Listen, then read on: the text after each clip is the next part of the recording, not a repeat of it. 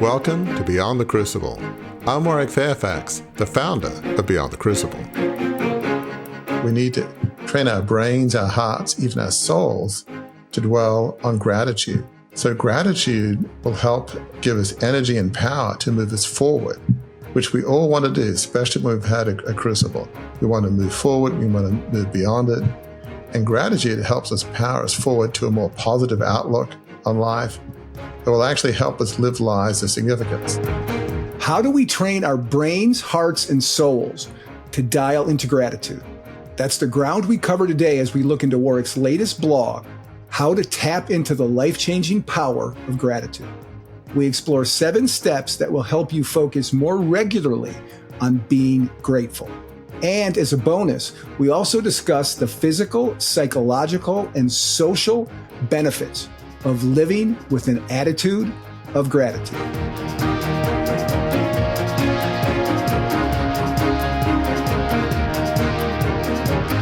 Welcome, folks, to another episode of Beyond the Crucible. And this is one of the fun ones. Well, they're all fun ones, let's be honest. But this is one of those, Warwick, that we discuss your most recent blog at beyondthecrucible.com. And you felt very strongly about this one. You chose the topic from several ideas you thought about over this summer that just now, as we're recording this, ended just 2 days ago. So let's start off by how I always begin episodes like this, where we're going over one of your blogs, and that is, what led you to write this blog, which is titled, How to Tap into the Life-Changing Power of Gratitude. What was it that made that what you had to write about this month? You know, life is not easy, and it's normal and understandable for our minds to drift to things that are challenging.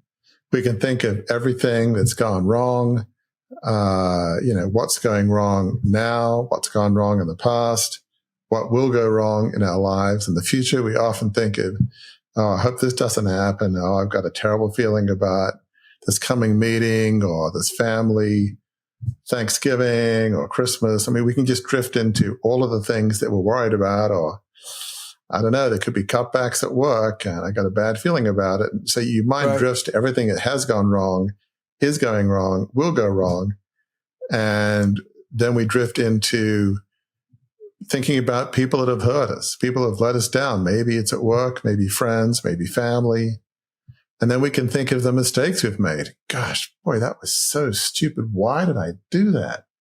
And then we just, certainly I do this quite a bit, almost this endless self-flagellation of just, why did I do that? That was just not smart. I wished I hadn't. And then we can get into almost this endless negative, depressing cycle of thoughts, and one feeds on another. We have this almost doom loop, this sort of a flywheel of negativity.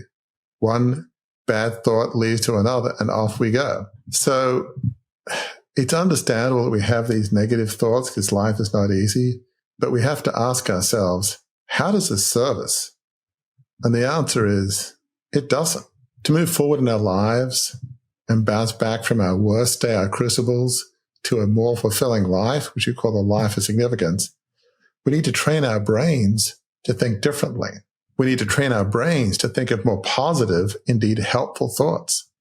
And this is not a natural thing. Our brains tend to go to the negativity, to, the car in front of us that cut us off, or that bad meeting that we just came out of, or challenges at home. That's all very natural. It's not natural to start thinking of positive thoughts, but we need to train our brains, our hearts, even our souls to dwell on gratitude. So gratitude will help give us energy and power to move us forward, which we all want to do, especially when we've had a crucible. We want to move forward. We want to move beyond it. And gratitude helps us power us forward to a more positive outlook on life. It will actually help us live lives of significance. And it's kind of interesting as I think about sort of the origin story of this discussion. Yes, I've been, thinking of a lot of things over the summer when we kind of do the summer movie series, and we do that in advance that we mentioned. So there's still things to do, but it's not quite the same pace. So being a reflective person, lots of ideas percolate in my brain. And so there was one time towards the end of the summer, where we are in northern Michigan is about an hour away from the nearest airport. And I'm dropping my oldest son off at the airport. It's about an hour drive. And so after I dropped him off, I have, as I mentioned, an hour's drive back to where we are. And that goes along the shores of Lake Michigan. And so it's summer. And so you can see the sun glimmering in the water. You've got these beautiful trees and small towns. It's a very beautiful, restful drive. And so here I am. I'm in the car for a while. It's just me. And on the spur of the moment, without some plan, I just think about gratitude. And it wasn't some big plan. I just thought, I'm going to spend the rest of this drive, which, is an hour, thinking about everything I was grateful for in life. Wasn't some plan, but I thought, okay, let's start, see what happens. And, and so I did. And just like with thoughts of negativity, one thought can lead to another. Thoughts of positivity, gratitude, one thought can lead to another. So just to give you an idea, I'm a person of faith. So I started with faith. And so I started thinking about, I remember when faith, in my case, faith in Christ, became important in my life. It was at an evangelical Anglican church at Oxford University where I went. St. Aldate's was the church. I remember thinking about the friend who invited me to church, and I said no a few times, but eventually came. I think about the Anglican retreat on the Devon coast of England, Lee Abbey, which was an Oxford-Cambridge retreat, and I began thinking about the walks along, the cliffs and the countryside in the afternoons, and singing choruses and Christian choruses and listening to testimonies and sermons. And I'm thinking about how wonderful that was. And I drift a time in New York when I lived there in a couple of churches I was in there and a life group. And I think about back in Australia and some people that were very helpful during those challenging times with the takeover and in the family media business, and think about the church I go to now, and I'm blessed to be an elder there. So I got pretty specific. And so then I drifted to other thoughts, to family. So I started with faith, and then I went to family. I think of my wife, Gail, who had been married over 35 years, and how blessed I am. I think of my 3 adult kids, Will, Gracie, and Robbie, and what a blessing they are. I think of meaningful work that I have. So I think it doesn't have to be this way, but I think often for many of us, when we're thinking about gratitude or indeed prayer, we can break it down to like faith or beliefs, values, whatever that means to you, faith, family, work, just big categories. And in terms of work, I think of all the things we do at Beyond the Crucible and the wonderful team I have and how much I love what we do. I think of the nonprofits I've been involved in, such as being an elder at my church. And for many years, I was on the board of my kids' school, which is a Christian school. So kind of the bottom line is, by the end of that drive, I was feeling incredibly grateful, incredibly blessed, and uplifted. Right. I was in a good mood after an hour thinking of how blessed I am in each of these areas of my life. And again, it was an hour, so I went into a lot of detail, faith, family, work. And that whole exercise, which was unplanned, reminded me of how important it is to be positive and how important it is to be grateful, because it's not natural to do what I did, to think about all the wonderful things that have blessed your life.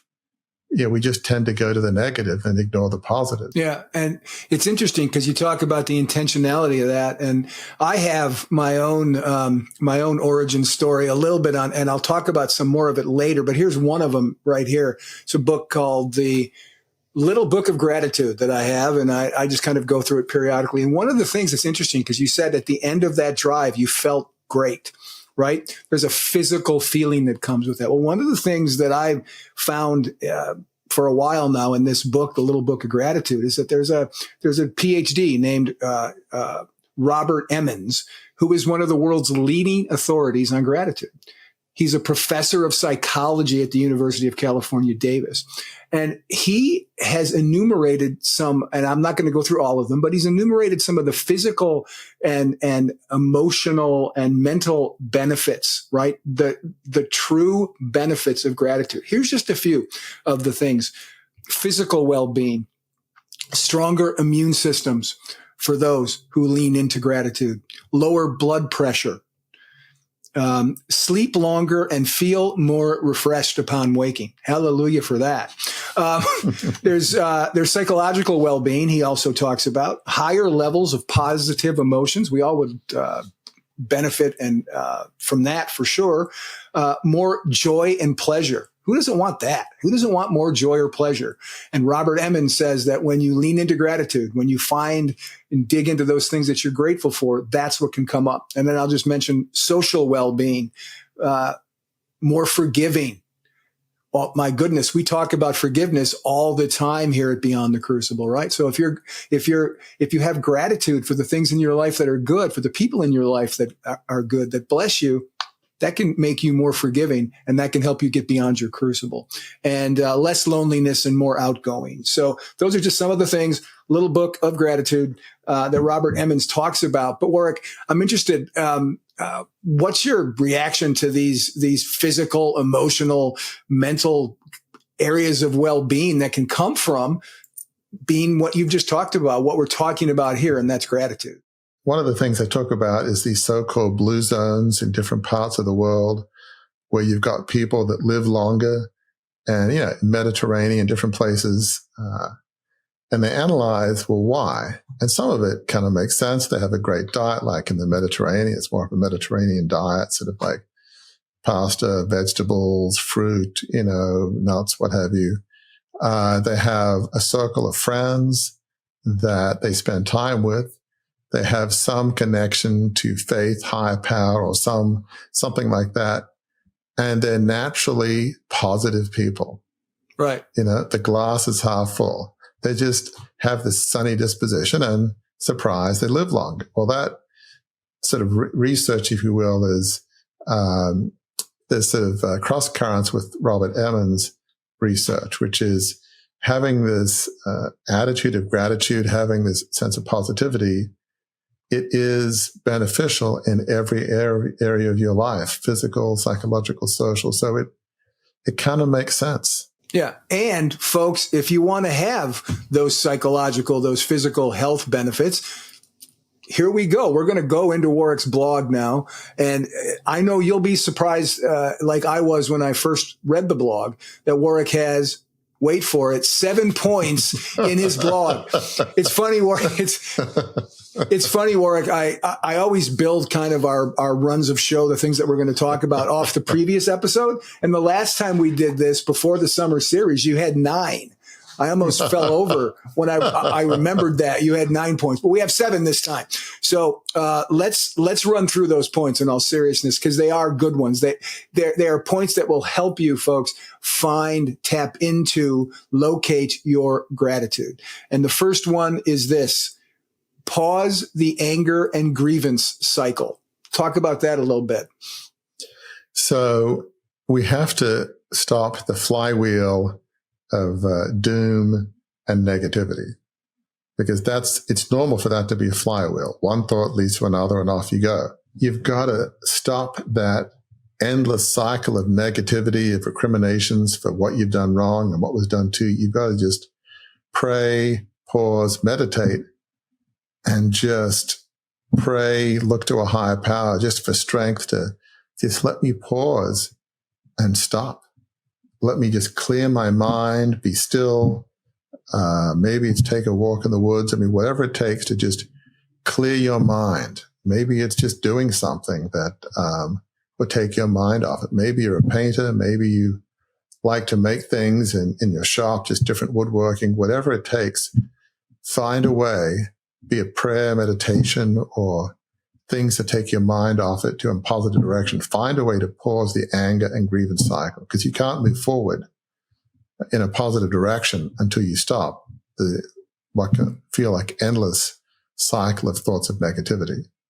Yeah, and it's so interesting that you mentioned artists, someone who might be a painter. Because I was thinking as you were saying that, right, this step, pause the anger and grievance cycle, is kind of like sort of wiping your slate clean, wiping your palette clean, what you're going to paint on, giving yourself a canvas to paint something on. And your second point is when you begin the painting process. And your second point is this: think of at least one thing you're grateful for, right? One thing you can paint on that palette.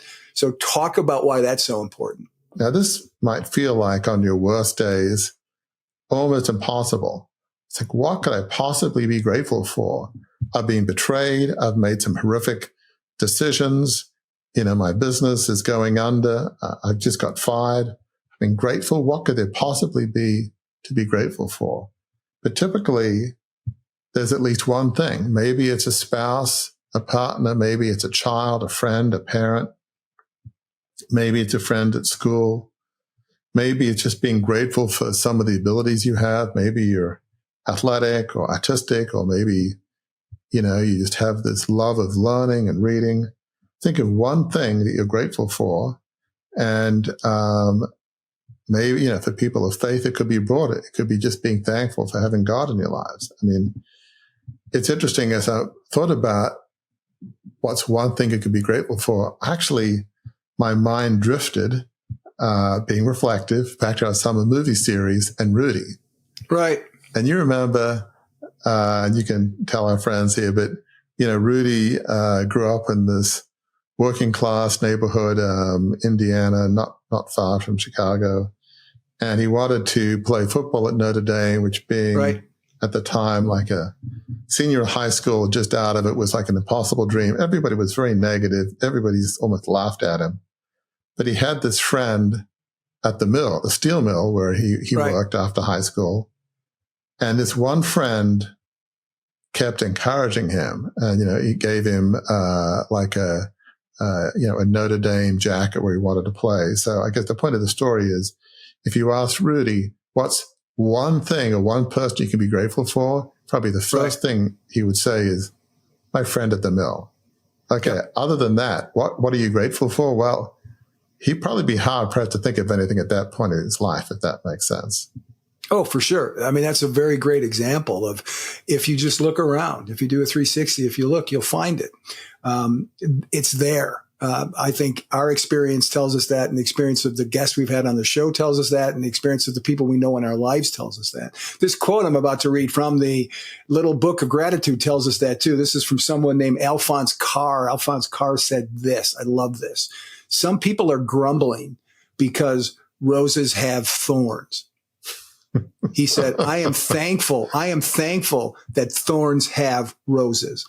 That's right. Sometimes the way to find gratitude is to just change your perspective, to look at something in a different way, right? I mean, that's a fair way to do it. Don't look at it in the way that leads you to feel this is, I'm on the bad end of this. Switch around, change your perspective, find the good end. That's a pretty good kernel of wisdom, isn't it? It is. Like, maybe you wanted to go outside and have a run and it's raining. It's like, God, really? And it's not a massive crucible. But rather than saying that, it's like, well, at least my grass will grow and the flowers will get watered, and rain can be just refreshing. And anything in life you can look at negatively. On the other hand, you can look at it positively. Maybe it's Thanksgiving and you got some challenging family members coming. It's like, well, okay, maybe it's an opportunity to reset. Maybe I can think of something I can be grateful for them. And maybe it's going to be an opportunity where I can encourage that, crusty, incorrigible uncle that I have that's always a pain. Let me think of something positive about him. And, I'm going to think of a way to kind of reset this time. So your attitude going into things makes a huge difference. Yeah.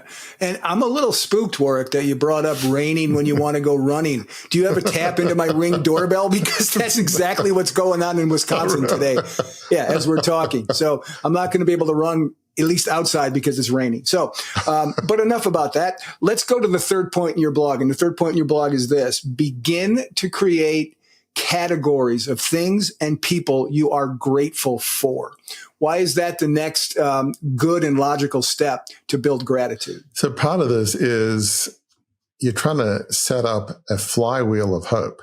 You're trying to set up a flywheel of gratitude. And so to do that, it takes a few steps because often, it's not easy to go from negativity to positivity. And so, even if you've paused the anger and grievance cycle, if you're not careful, it's almost like being on a steep hill. You can start slipping. And so it's good to think of not just one thing, at least from my perspective, but just think of a bunch of things. You think of your family, you can think of parents, spouse, partner, kids, friends, people you've known different times of your life, co-workers. It could be relationships you have now. It could be in the past. Think of the work you do. Maybe there are some things you can think of that are grateful for. Think of the gifts and abilities that you have. So it helps before getting into a deep dive to think of the categories. And I think one easy way to think of it, you could break it down into three broad categories: faith, family, work. It could be more than that. You could call it beliefs, family, work, and you could add on activities and hobbies. But a good place to start is with those three. You can always expand: faith, family, work. And so now you've got three categories or more to mine from. It's like so you might be thinking, okay, what's one thing I can think of in each area? And one thing leads to another. But having categories helps you kind of move from one thing to more than one thing. Good stuff. Folks, we are talking about Warwick's latest blog, which is called How to Tap into the Life-Changing Power of Gratitude. We are on step 4 to build that, to find that life-changing power of gratitude. And step 4 is this: spend time in each of these categories and go into some detail. So you've got the categories, you've built them. Now you lean into them. Now you really kind of spend time ruminating on them, exploring them, unpacking them. Talk about that a little bit. So for me, as a person of faith, on that drive back from the airport, dropping my son off, that hour drive back, I started with faith. As I mentioned, I got into some detail about where I came to faith in Christ. It's an old age, the Evangelical Anglican Church at Oxford, and just that student retreat center on the Devon Coast, Lee Abbey.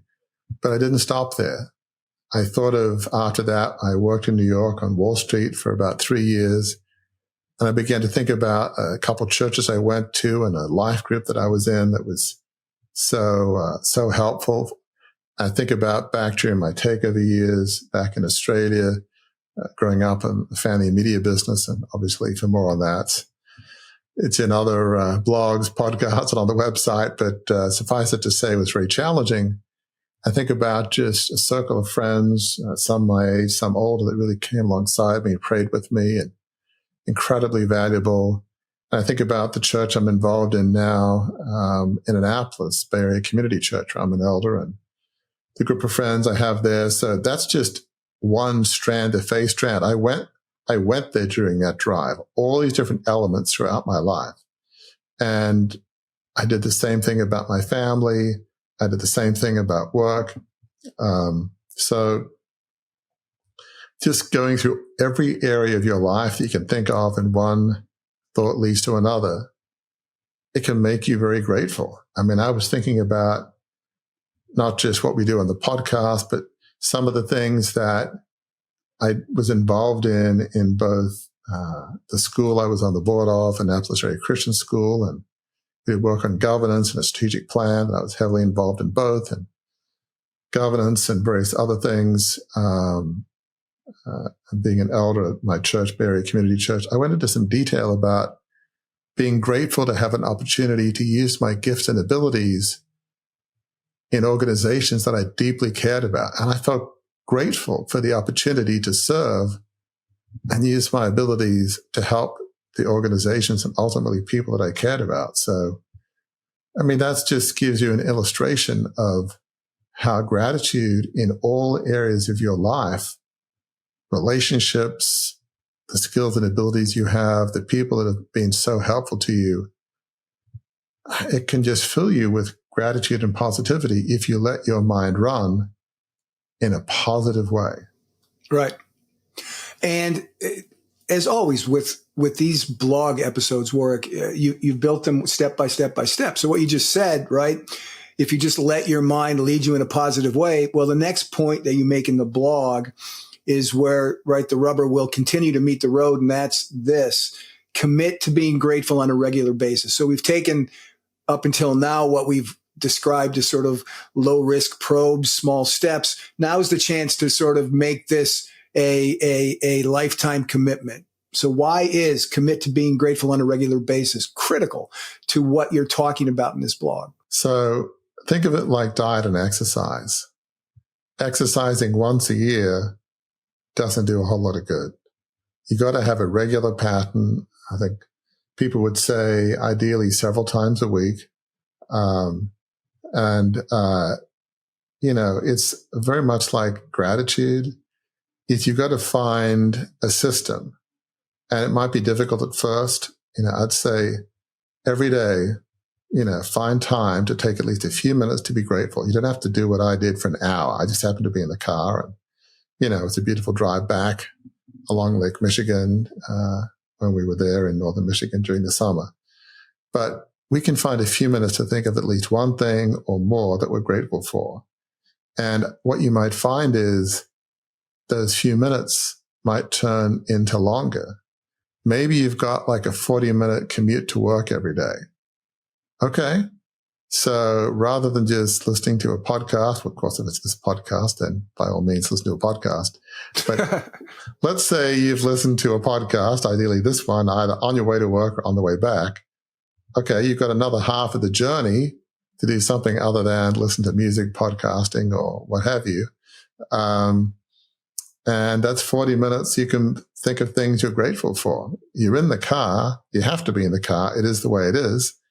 So there's usually some time that we have during the day that we can allocate to being grateful. And again, don't feel like you've got to start out with 40 minutes, the length of your commute. It can be just one or two things. But being regular and consistent with being grateful is very helpful, because when you do that, you'll find that your attitude to life will begin to change. You'll be more positive.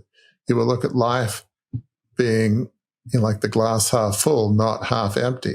So it's a discipline.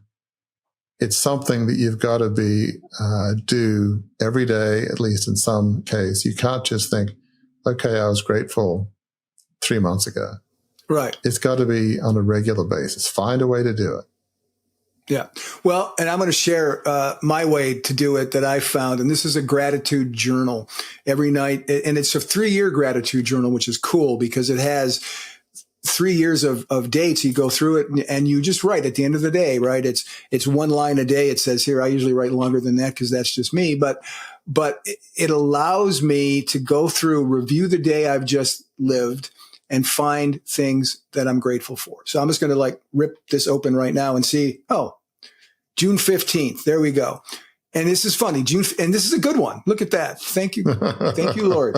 June 15th of this year, 2025, I wrote this: the Father's Day gift Kelly, my wife, bought me is divine. A necklace with Heather's, Alyssa's, and Hunter's, my kids, birthstones. And then a great time with the McKissicks, that's Kelly's family, and the Reshas, that's also Kelly's family, at our house tonight. So it was just, right, that's just that was what happened on that day. And before I go to bed, I pull this out, I write this down. But here's another point I want to make about doing this every day, because there's an important, when you every night stop and say, here's what I'm grateful for. That doesn't, not everything that happened in your day that day is something you're grateful for, right? You're sifting through it and you're pointing out what you're grateful for. And I want to specifically go to this one, April 3rd of this year, just to show how this can work. Because here's my entry of what I'm grateful for on April 3rd, to show that things that are great, that you are grateful for, and things that can be painful can happen on the same day. But what do you lean into? So here's what I wrote on the 3rd of April this year, 2025. Laura, my stepmother, died today. So glad I got to talk to her yesterday. And then after that comes this. We also celebrated Hunter, my son's 25th birthday. smiley face, right? That's one of those situations where something really traumatic happens, but you can find something to be grateful for in the context of that. I got to talk to my stepmom the day before she passed away. And then we got to celebrate my son's birthday that same day. So it's not that when you talk about being grateful, right, Warwick, it's not that you're saying you have to be grateful or you should be grateful or you're going to be grateful for everything that happens. It's finding those things that you can be grateful for in the context of whatever happens, right? Boy, that's so well said. And that's such a good example, both of them. But obviously losing your stepmother, that's a tragedy. That's just a huge thing to deal with.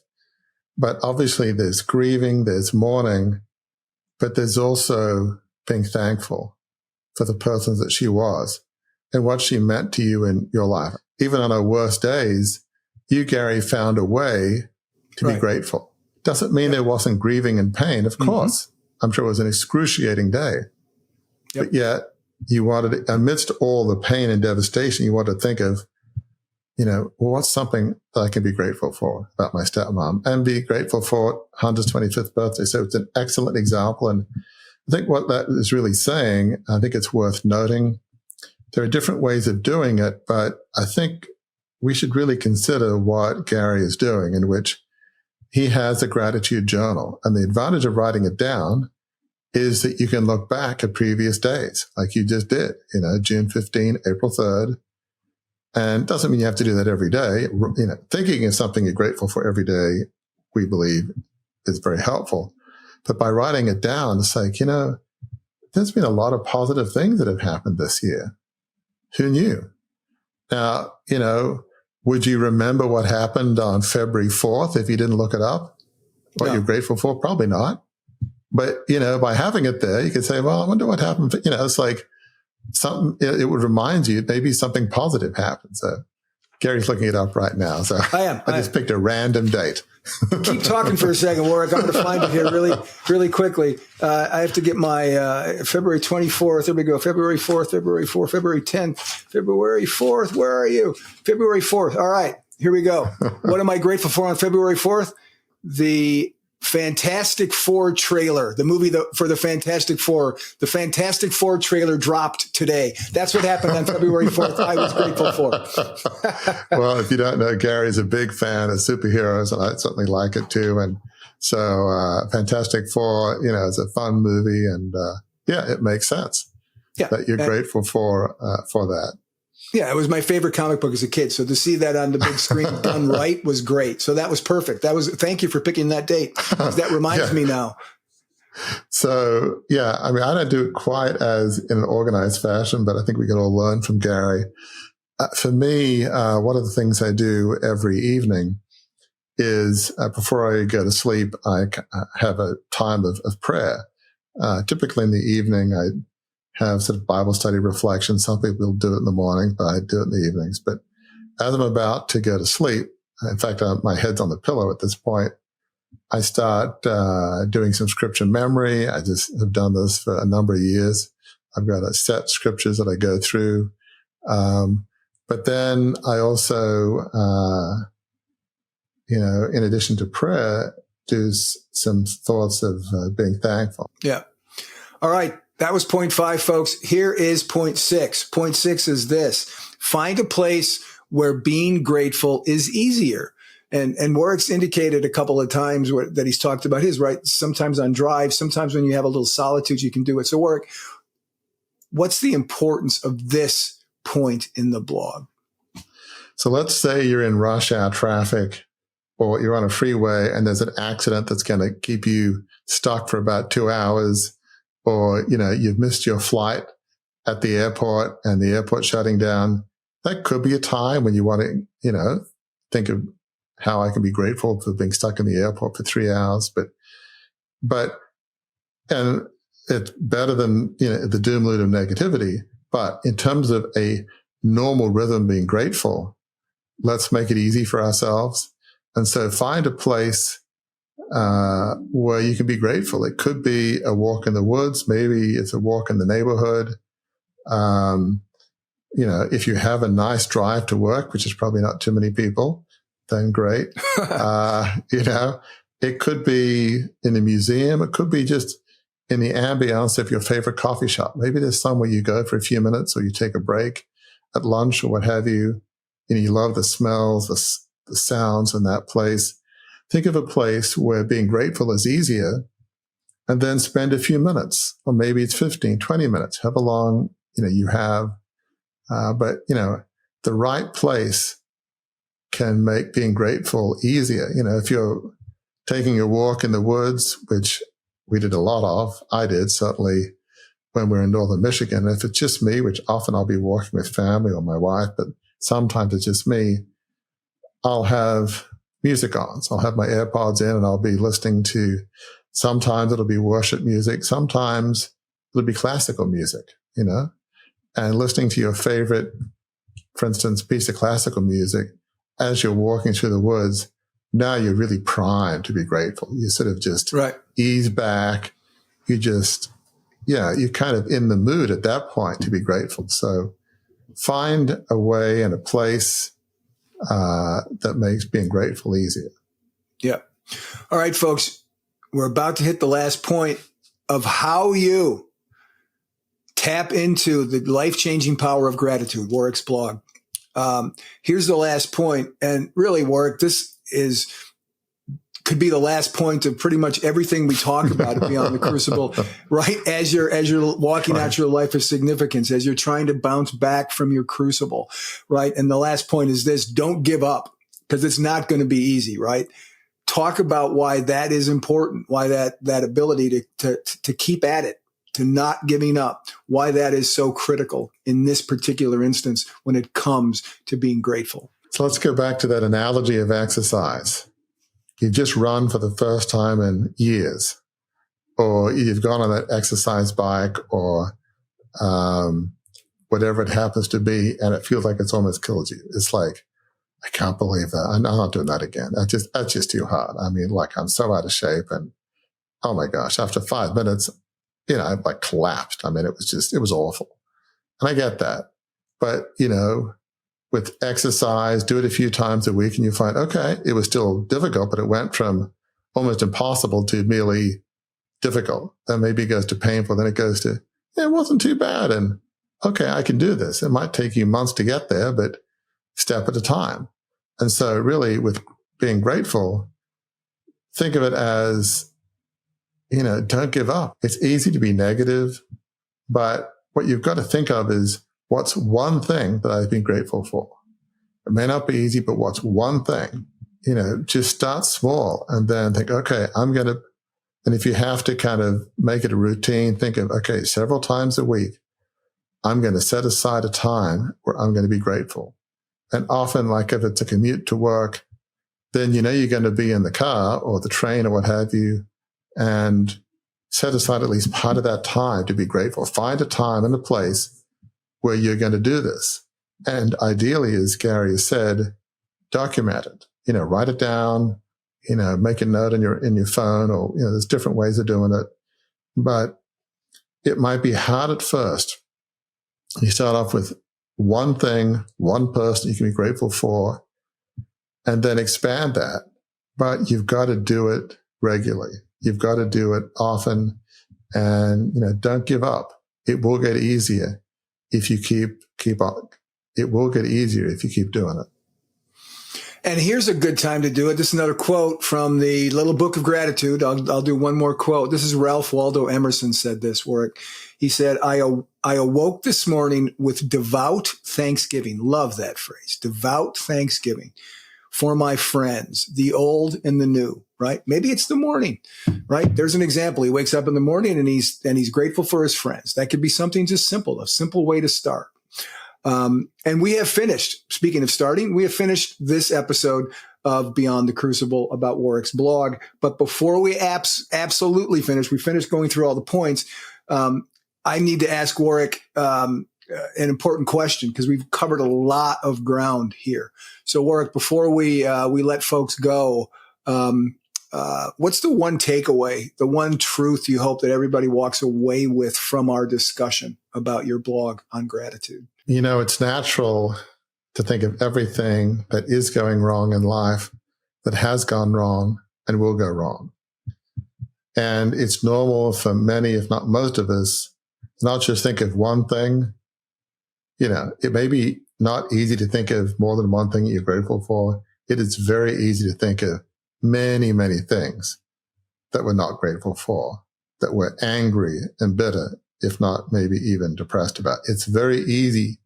You just let your mind go, or you could spend 40 minutes in a heartbeat about things that you're angry and that you're grumbling about. We don't need to give lessons on that. It's very, very easy to do, and that's our brains naturally do that. And so while it's natural and understandable, clearly it's not helpful. You want to bounce back from your worst day, your crucible, to a more fulfilling life, a life of significance. That doesn't happen if you're endlessly weighed down by this doom loop of negativity. It's understandable, but it's not helpful. So one of the things we say often at Beyond the Crucible is life is about choices. We need to make a choice. We've said so many times, it might be your worst day and you're feeling so bad about yourself or angry about what was done to you, and you don't want to get out of bed. You've got to make a choice to get out of bed and take one positive step forward. We say that in so many different episodes. This is the same way of thinking. We have to make a choice. We need to make a choice to stop the endless cycle of dwelling on disappointments and the endless cycle of being angry about people who've let us down or betrayed you. We've talked elsewhere extensively about forgiveness. That's one way of stopping that doom loop, of just saying, I will choose to forgive. That's at least one helpful step to try to stop the endless doom loop of negativity and anger and resentment of people that have let you down or hurt you. So you've got to make a choice that I will refuse to keep dwelling on the negativity. Doesn't mean I condone the bad things were done to me or the poor choices maybe my boss or others at work have made, but you make a choice not to dwell on the disappointments and the negativity. And then we need to shift. We need to pause, seek the Lord or whoever you believe is up there, the Creator, to just clear your mind, clean the slate, clean the canvas, and begin to think of what we're grateful for. Think of one thing, and that gratefulness needs to be done in a disciplined, regular way, like we would take exercise.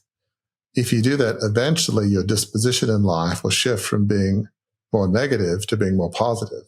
Start with one thing, expand from there, and find a time and a place to do it on a regular basis. Your outlook on life will change. And, I think you'll find that not just your outlook on life will change, but your ability to move forward from your worst day to a more fulfilling life and crucible to a life of significance. The pace will quicken. It will get easier to where you want to get to a more fulfilling life, a life of significance. Good place to end our discussion portion of this. As we always do, though, folks, Warwick has come up with, and it's interesting. I didn't realize this when I first read the blog. I always say reflection questions at the end of the blog. I mean, these aren't questions this time. Warwick has written some reflection statements, and I'm going to read them to you so that you can reflect on them on this subject. How to tap into the life-changing power of gratitude, which is Warwick's latest blog at beyondthecrucible.com. The first one is this: stop dwelling on anger and negative emotions. Take time to pray and meditate to clear your mind, your heart, and your soul from these thoughts that are pulling you down. Thought number one for reflection. The second point of reflection is this: start thinking of people and things you're grateful for. The list might feel small at first, but dig deep and expand the list as time goes on. So his last point in the blog was don't give up. Don't give up if you're going through this reflection point number two. Keep pressing through because it'll come. And then the third reflection point is this: find a time and a place to be grateful regularly and be disciplined about it. Being grateful will get easier the more it becomes a new ingrained habit and discipline.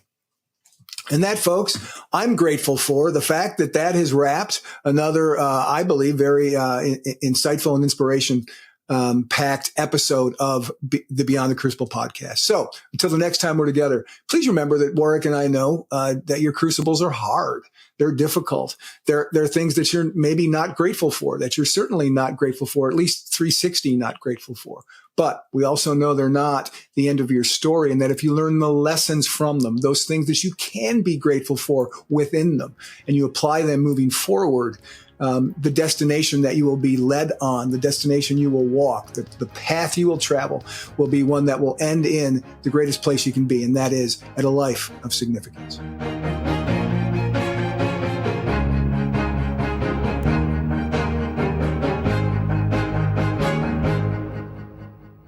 Welcome to a journey of transformation with the Beyond the Crucible assessment.